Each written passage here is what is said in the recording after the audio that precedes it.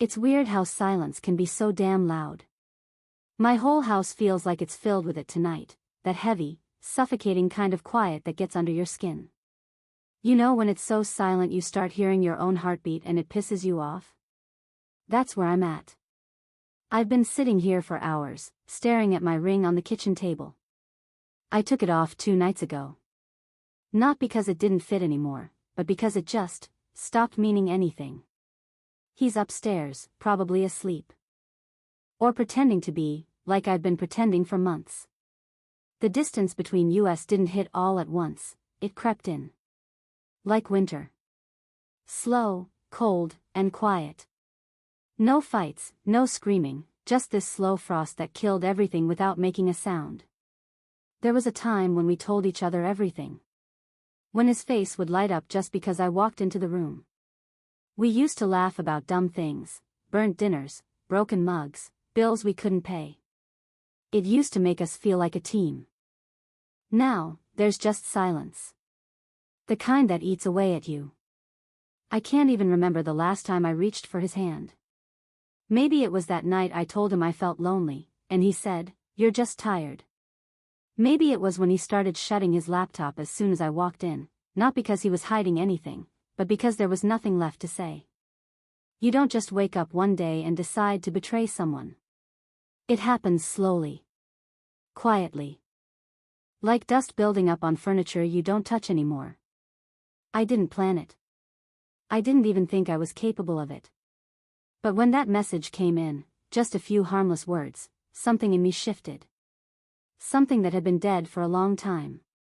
And now I'm sitting here, in the dark, wondering if I've already destroyed everything, or if there's still something left to lose.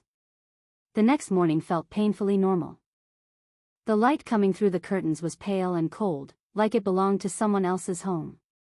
He was already downstairs, dressed for work, scrolling through his phone with that quiet focus he always had lately. He asked if I'd slept. I said no. He sighed, not annoyed, just tired in that deep, familiar way that doesn't need words anymore. That's how we existed now. 2 people breathing the same air, careful not to disturb each other's space. Even our conversations had turned into rituals, things we said because silence felt too heavy otherwise. He refused breakfast, mentioned he'd be home late, and before leaving, pressed his lips against my forehead. Not out of love. Just routine. When the door closed, the silence came back, thick, predictable, and somehow heavier than before. I remember thinking how nothing had changed.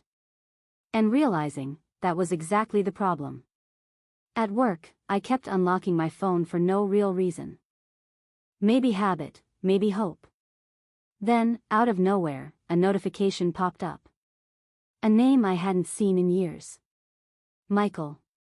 He was a ghost from another life, college days filled with too much laughter, cheap alcohol, and people who thought love was something that would last forever just because they wanted it to. He used to be the kind of man who said everything he thought, never filtered himself. I used to admire that, maybe even envy it. His message was simple. Just, hey. That's it. Nothing special. But somehow, it felt like someone had opened a window in a room that hadn't been aired out in years. I stared at it way too long before replying. And when I finally did, I told myself it didn't mean anything. But it did. That night, while my husband brushed his teeth, set the alarm, and went through his usual routine, my phone lit up again. Another message from Michael. A photo, his dog wearing sunglasses. It was stupid, harmless, and somehow the funniest thing I'd seen in weeks. I actually laughed. Out loud.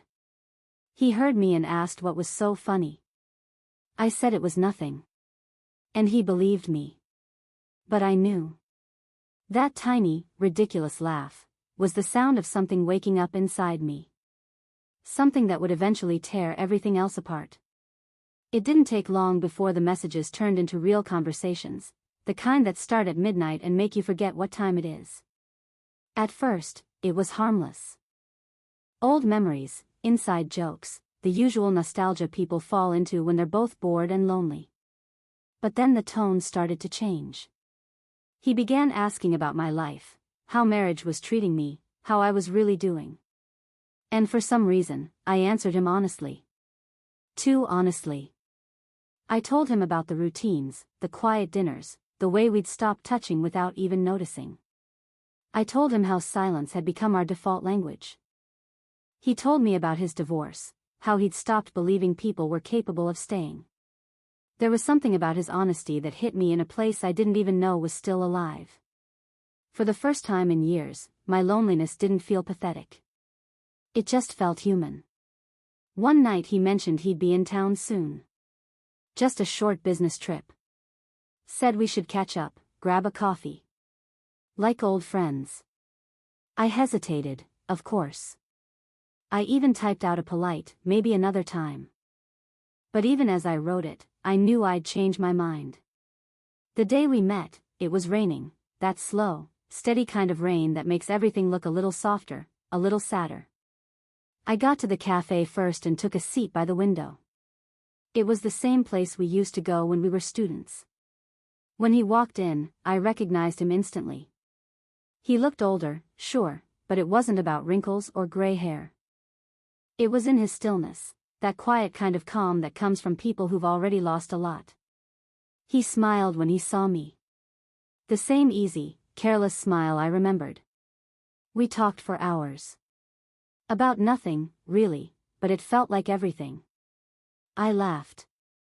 Not the polite kind of laugh you use to fill space at dinner. The real kind, the one that surprises you because you'd forgotten what it feels like. When we said goodbye, there wasn't a touch, or a promise, or anything that could be called a confession. Just a pause. One heartbeat longer than it should have been. But that was enough. Something shifted. Something irreversible. On the way home, I kept replaying his voice in my head. My husband called, asked if I wanted him to grab dinner. I said I wasn't hungry. But the truth was, I was full. Not with food, but with that dangerous, dizzying feeling of being seen again.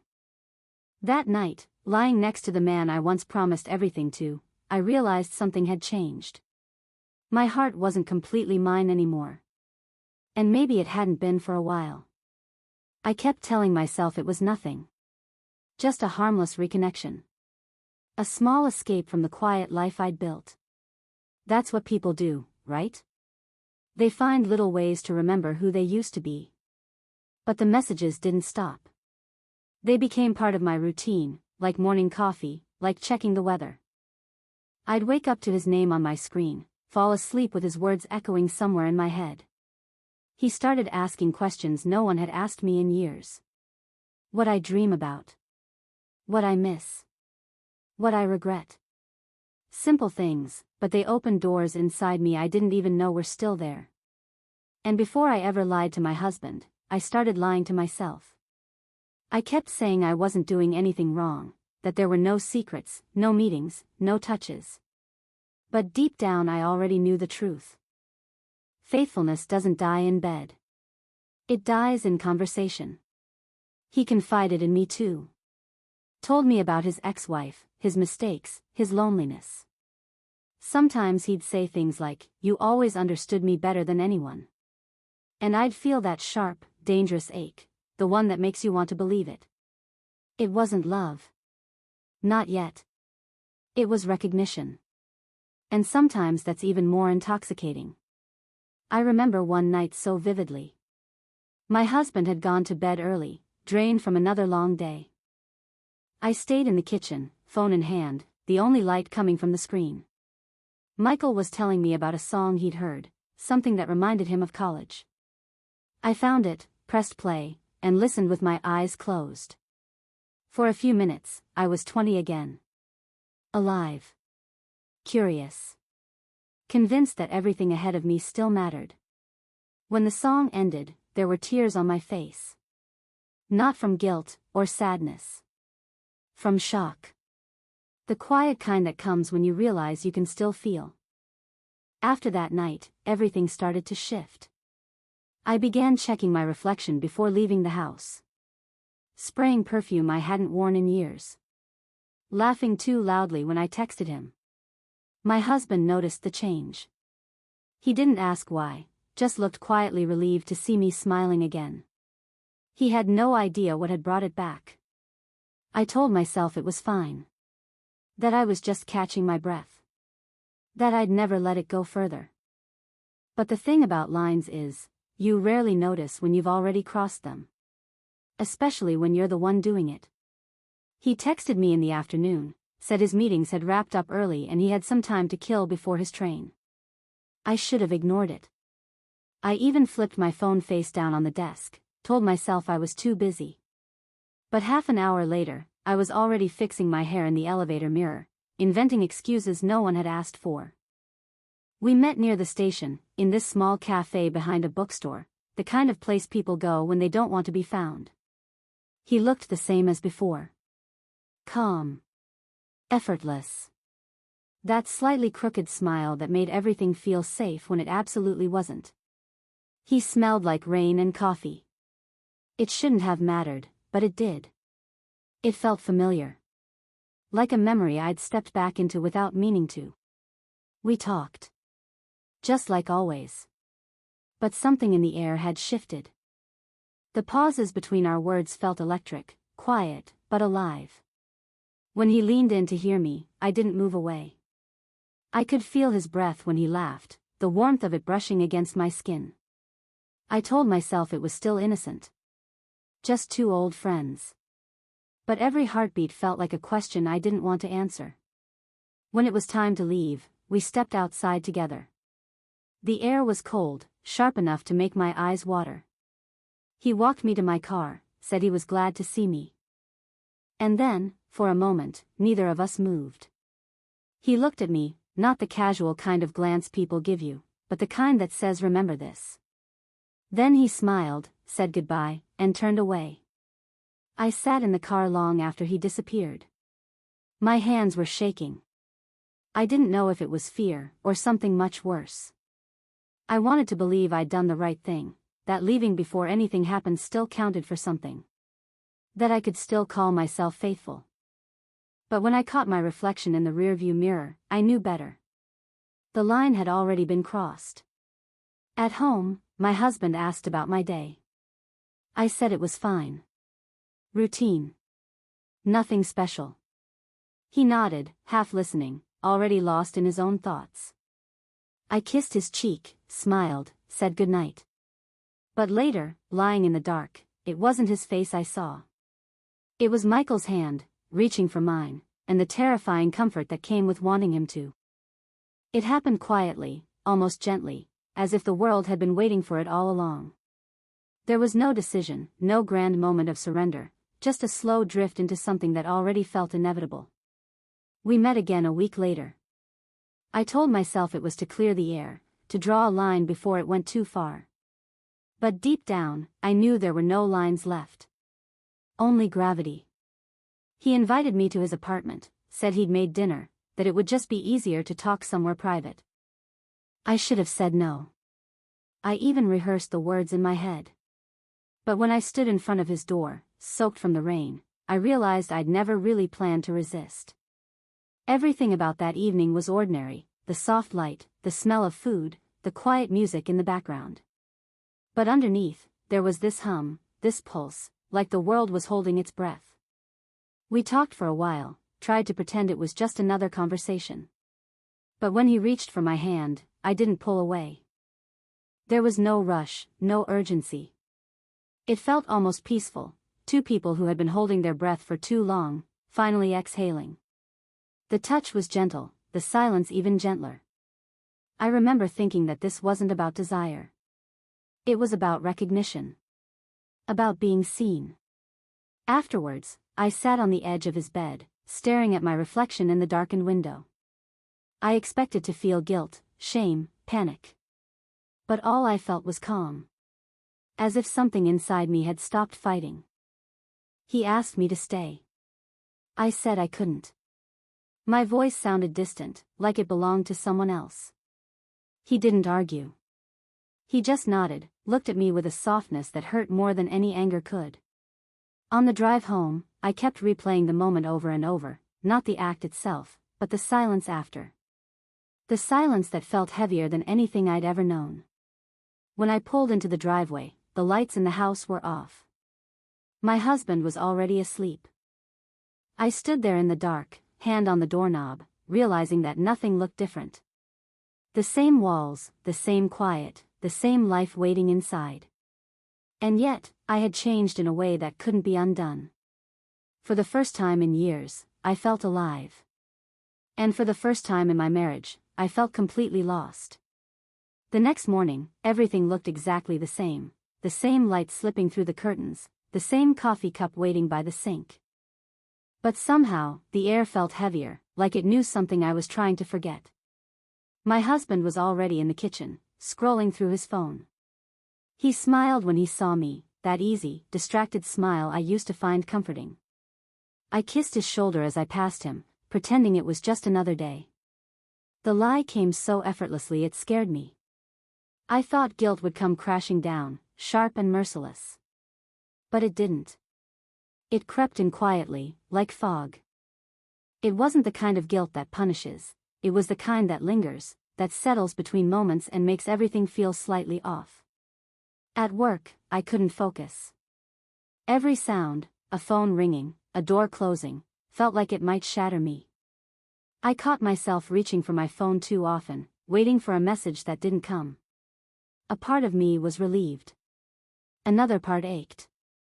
That night, I sat beside my husband on the couch, watching some mindless show we'd both stopped following weeks ago. His hand rested near mine, but we didn't touch. I could feel the distance like a third person in the room. He laughed at something on the screen, and I realized I didn't remember the last time his laughter had made me smile.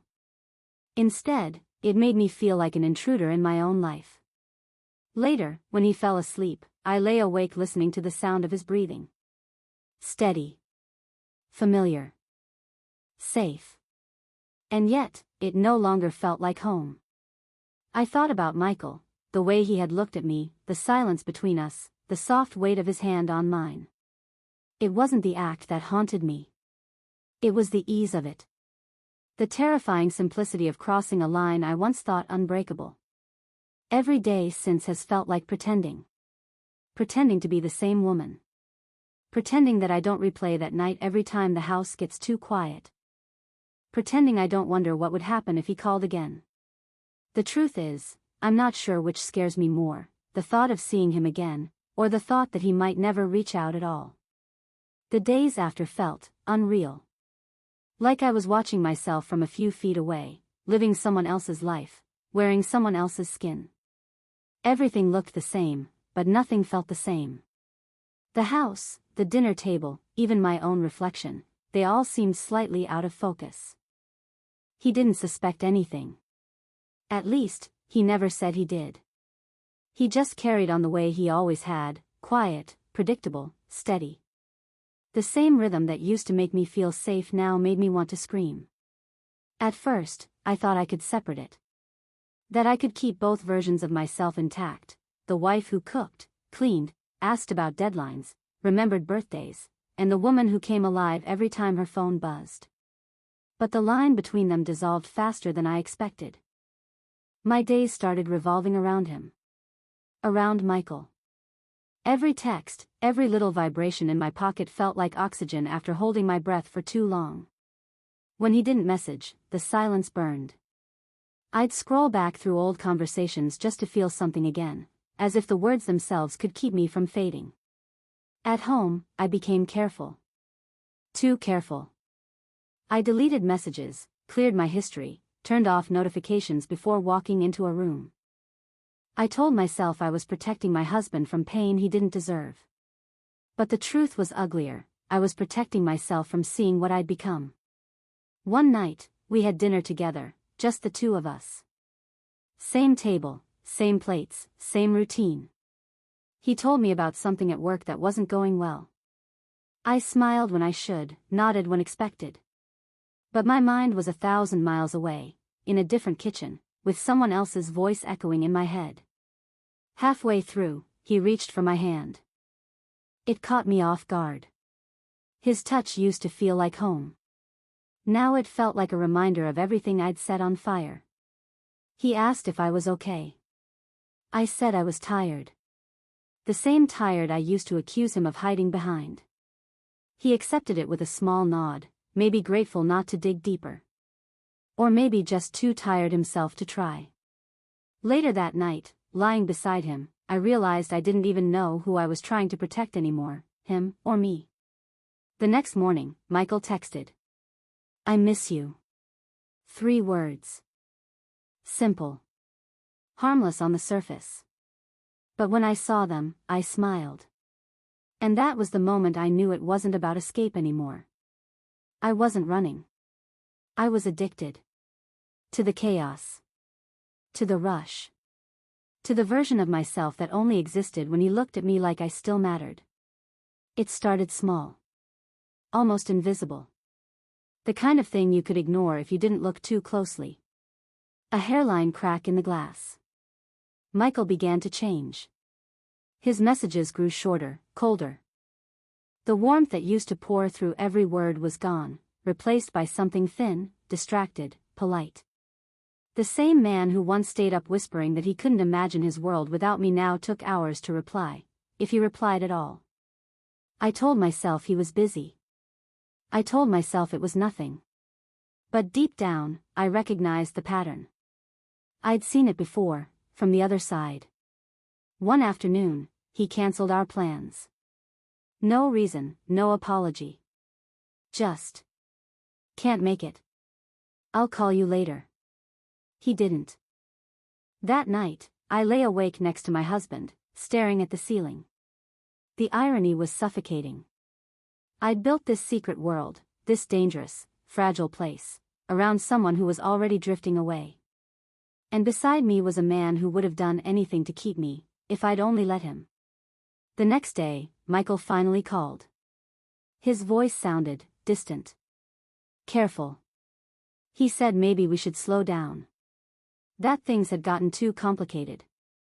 That he didn't want to hurt anyone. I laughed. Not because it was funny, but because I'd said those same words once, to justify my own betrayal. Hearing them echoed back felt like punishment. I asked if there was someone else. He hesitated. Just long enough for me to know the answer. Silence can be crueler than truth. After the call ended, I sat there holding my phone, waiting for something, an apology, an explanation, anything that would make it make sense. Nothing came. Days blurred into weeks. I stopped checking my phone every 5 minutes. Not because I didn't want to, but because I couldn't stand the emptiness that followed when the screen stayed dark. The rush that had once felt like freedom now felt like withdrawal. At home, my husband started to notice. The way I flinched when he said my name. The way my laughter had vanished again. He asked if something was wrong. I told him no. He didn't believe me. But he didn't push either. Maybe that was his way of surviving it too. Later that night, I caught my reflection in the bathroom mirror. My eyes looked tired. My smile looked borrowed. And for the first time, I didn't recognize the woman looking back. She wasn't innocent. She wasn't misunderstood. She was someone who had gambled everything for a feeling that didn't last. And she had lost. He found out on a Thursday. Not because I confessed. I didn't have that kind of courage. It happened because Michael's name flashed across my phone screen while my husband was setting the table for dinner. One notification. 1 second of carelessness. That's all it took. He didn't shout. Didn't grab the phone. Didn't demand to know who Michael was. He just stopped. His eyes stayed on the screen, his hands still holding the edge of the table. The muscle in his jaw tightened once, then went still again. When he finally looked at me, there wasn't anger in his face. Not even pain. Just something colder, an eerie kind of calm that felt worse than rage. He asked how long it had been going on. I told him the truth, or at least, the version of it I could live with. I said a few months. He nodded. Once. Then he walked upstairs. Dinner stayed on the table, untouched. The house filled with silence, thick, heavy, suffocating. I could hear him moving upstairs, drawers opening, the soft click of his old camera, his breathing, steady and deliberate, like someone trying not to fall apart. I didn't sleep that night. I didn't even move. I just sat there at the table, staring at the phone that had blown my entire life apart. By morning, he was already dressed for work.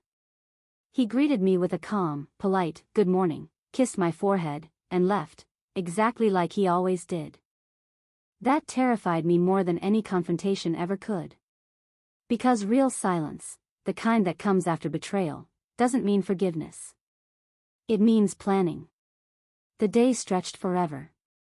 I kept imagining what he might do. File for divorce. Tell my parents. Expose me. Destroy everything, piece by piece. The waiting was worse than the guilt. When he finally came home, everything was normal. Too normal. He asked about my day. Told me about his. Smiled in all the right places. It felt like watching an actor play my husband's part perfectly, only the warmth was gone. Later that night, he handed me a small envelope. Inside was a photo, printed, deliberate. It was me and Michael, sitting in his car outside my office. I didn't even know the photo existed. He said he just wanted me to see what he saw. Then he turned, walked upstairs, and left me standing there, holding the proof of my own destruction. That was the night I finally understood. The punishment wasn't going to come as an explosion. It was going to come quietly. Slowly. And I wouldn't know when it would start. It started quietly. Almost tenderly. At first, I didn't even notice. He just stopped asking where I was going. Stopped waiting for me to come home. My messages lingered unread longer than they used to. His voice stayed calm, his words measured, but underneath that calm, there was something cold. Precise. He didn't need to yell. He knew exactly where to hit, and he did it in silence. One night, he came home late. He smelled faintly of perfume, not strong, not obvious, but enough. I asked about it, trying to sound casual, but my voice betrayed me. He smiled and said it must have been from someone at work. Then he kissed my cheek and walked right past me. That night, I couldn't eat. Couldn't breathe. Every time his phone buzzed, my stomach twisted. I told myself I deserved this, that it was karma, symmetry, balance. But knowing that didn't make it hurt any less. Over the next few weeks, he began to change. He started dressing better, going to the gym, humming while he made coffee in the morning. He looked lighter. Freer. Like a man who'd finally shed something heavy. And I was the one still carrying it. One night, while he was in the shower, I picked up his phone. My hands were shaking so badly I could barely type the password. It was still the same. He hadn't even bothered to change it, almost like he wanted me to see. There were messages from someone named Claire. At first, harmless, jokes, photos, little daily nothings. But then I saw one line that made my chest tighten. "I can't believe how easy it was for her to lose you." He hadn't replied. But he hadn't deleted it either. I put the phone back exactly where I found it. Sat on the bed until the shower stopped. When he came out, towel over his shoulders, smiling like nothing was wrong, I finally understood. He wasn't going to leave me. He was going to let me drown in it. Slowly. Silently. The next morning, he brought me coffee in bed. Black, the way he liked it, not me. I didn't touch it. Just stared at the cup, trembling, wondering if I should apologize again or scream until something finally broke. But then he said, almost softly, "You don't have to say anything. I already understand." And that was worse than hate. Because hate means there's still something left to save. It happened on a Sunday, one of those gray, heavy days where the air feels like it's holding its breath. He was in the garden, trimming the roses. Calm. Precise. Every movement deliberate, almost peaceful. I stood by the kitchen window, holding a mug that had long gone cold, watching him like he was something distant and unreachable. I'd gone over this moment in my head so many times, the apology, the tears, the right words that might make everything unbreak again. But when I finally stepped outside, feeling the wet grass soak through my slippers, all of it vanished. I said his name. He looked up, sunlight catching the ring on his hand, the same ring that had once felt like a promise, now just a quiet piece of metal. I told him I couldn't live like this anymore. That I'd made a mistake, a selfish, terrible one, but I still loved him. That I wanted to fix what I could, whatever was left. He listened. Didn't interrupt. Didn't look angry or sad. Just present. When I finished, there was this long silence where I thought maybe, just maybe, he was searching for a reason to stay. Then he said, "I believe you." For half a second, hope flickered, fragile, stupid hope. And then he said, "I just don't think it matters anymore." He said it softly. No edge, no cruelty. But it tore something open inside me anyway. He told me he'd forgiven me weeks ago, not because he wanted me back, but because he didn't want to carry it anymore. Said he'd met someone new. That it wasn't revenge. It just happened. Quietly. Naturally. Like seasons changing. He said he'd be gone by the end of the month. The papers were ready. Everything already set. I remember the sound of the shears closing in his hand. That sharp click. Final. And I wanted to beg. To fall apart. To scream that he couldn't do this to me. But the truth was, he wasn't doing anything. He was just walking away from what I'd already destroyed. He turned back to his roses. I stood there, surrounded by the smell of cut stems and damp earth, realizing that love doesn't always die in fire or fury. Sometimes it just fades, leaving you alone with the silence you once thought you wanted. It was almost a year later. I saw him at a cafe downtown, the one where we used to go every Saturday morning before everything fell apart. Same corner table by the window. Same quiet hum of people talking, coffee machines hissing, spoons clinking against porcelain. He didn't notice me at first. He was reading something on his phone, smiling, not that forced kind of smile people wear when they're pretending, but a small, genuine one. There was a woman across from him. Claire, I guessed. She laughed, reached for his hand, and he let her. He looked lighter. Not ecstatic. Not newly in love, happy. Just free. I stood there like an idiot, half hidden by the door, frozen between leaving and saying something. In the end, I didn't do either.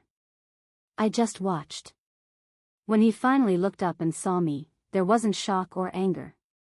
Just a flicker of recognition, soft, distant. He nodded once. A small, polite gesture. The kind you give to someone who used to matter. I nodded back.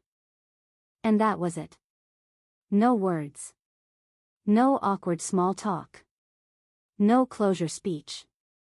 Just two people quietly acknowledging that whatever once existed between them was gone, and that maybe that was okay. Outside, the cold hit me like a wave. It cleared my head in a way nothing else had. I realized I wasn't angry anymore. Not at him. Not at myself. Just tired. Still. When I got home, there was a letter in the mailbox. His handwriting. No return address. Inside was a photo, the roses in full bloom, the garden behind our old house alive again. On the back, just one line. Some things grow back. Some don't. I sat at the kitchen table, the picture in front of me, watching the last of the daylight fade across it. For once, I didn't cry. I just breathed. Slow. Steady. Quiet. And maybe that's what forgiveness really is, not a reunion, not regret, not even love reborn. Just acceptance. And the sound of nothing breaking anymore.